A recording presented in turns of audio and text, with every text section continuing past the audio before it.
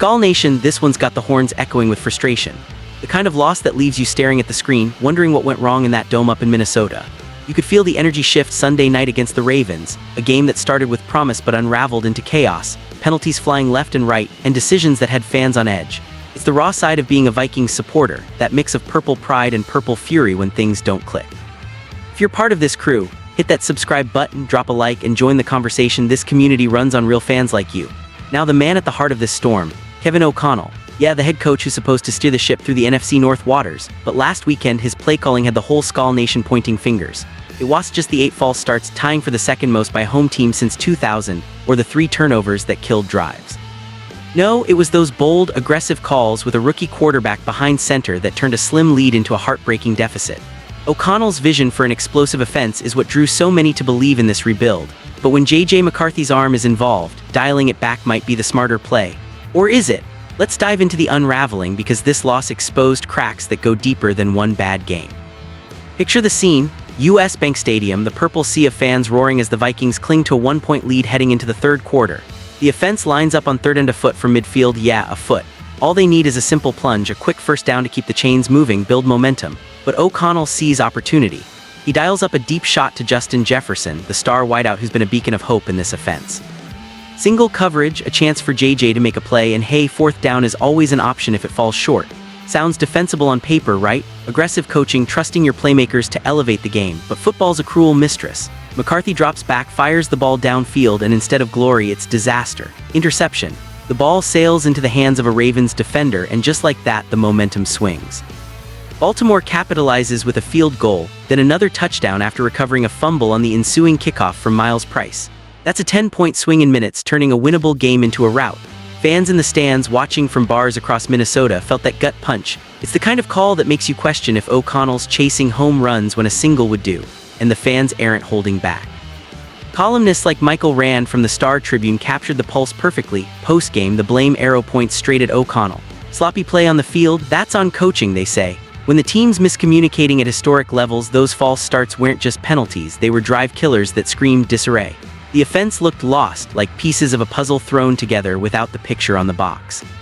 O'Connell's been praised for his quarterback whisper vibes, turning Kirk Cousins into a pro bowler, but with McCarthy, a kid with just 3 starts under his belt, it's a high-wire act. Rewind to the offseason hype. Everyone in Vikings land was buzzing about drafting McCarthy, the Michigan standout with that gunslinger mentality. O'Connell saw a kindred spirit, someone to mold into the next franchise face. Training camp was electric, preseason flashes of brilliance had Skol Nation dreaming of playoffs. But Week 10 against Baltimore, it was the deep end of the pool and McCarthy was treading water. 47 dropbacks, a season-high 20 of 42 completions for 248 yards, a touchdown sure, but 2 picks that stung. The deep shot to Jefferson, had JJ not stumbled just a bit, maybe it connects and the narrative flips. But it didn't, and now the hot seat's warming up. It's not all doom though, dig into the numbers and there are glimmers. McCarthy's big-time throw rate hit 8.7%, his best yet, with 4 lasers that turned heads. The offense averaged 6 yards per play, the highest since that blowout over the Bengals in Week 3. Signs of life in a unit that's been sputtering. O'Connell's philosophy isn't broken, it's just evolving. He's pushing for explosiveness because that's how contenders win in this league. Safe, conservative ball might keep games close, but to break through the NFC's gauntlet, Lions, Packers, Bears, you need boom.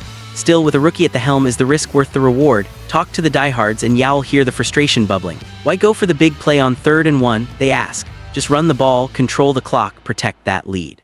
It's the classic fan debate, trust the coach's vision or demand results now. O'Connell's record speaks for itself. A solid 2022 playoff push last year.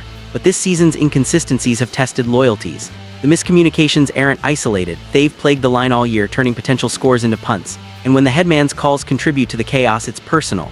Skol Nation bleeds purple, and right now that blood's boiling. Yet here's where the story thickens.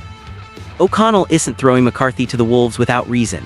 Game theory backs the aggressiveness, explosive plays win Super Bowls. Dialing back might preserve leads short-term, but long-term, it stifles growth. McCarthy needs these reps, these high-stakes moments to learn from the fire. That interception, unlucky sure, but teachable. The fumble by Price, not on the coach, but it amplified the damage. Blames a shared pie in losses like this. Players, scheme, execution all get slices. O'Connell's low on the long-term worry list per Rand because he's proven he can adapt. As the smoke clears from Week 10, Vikings fans are left grappling with this. Patience or pitchforks? The season's young, but the NFC North is a shark tank.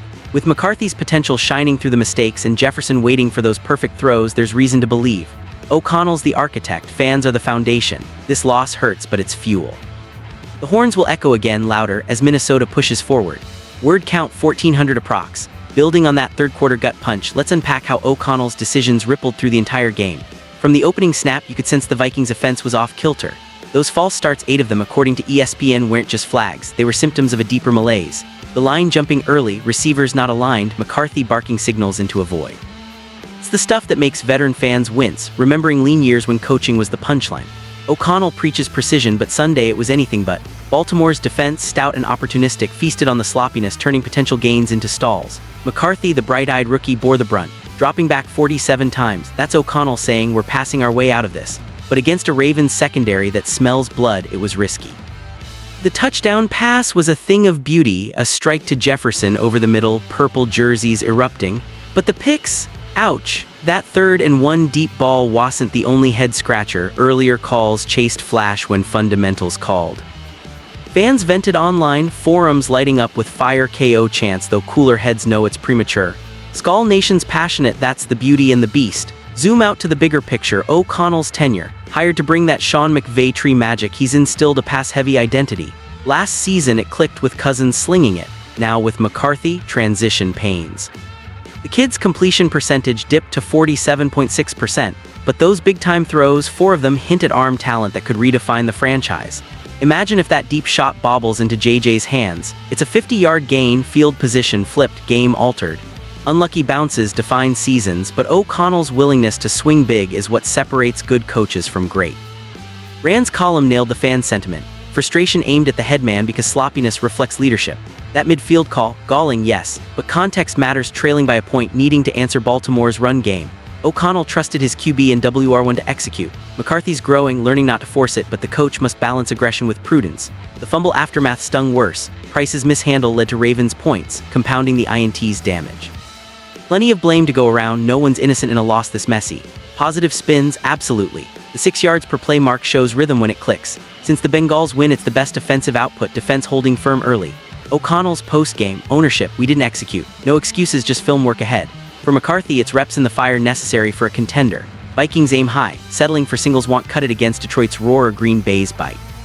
Trust the process, as they say in Minnesota sports lore. Fan connection runs deep here.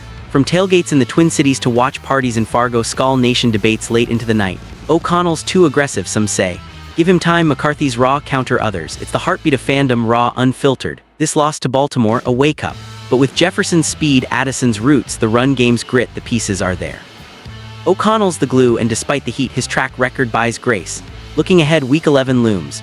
O'Connell must adjust, maybe mix more runs, shorten the leash on deep shots until McCarthy settles. But ditching the explosiveness, that's the Vikings' edge. Fans remember the drought, this rebuild's promising. The horns echo not just in victory but resilience. Blame fades, growth endures. Skol Nation stay purple, better days ahead as O'Connell and McCarthy forge their path. This setback.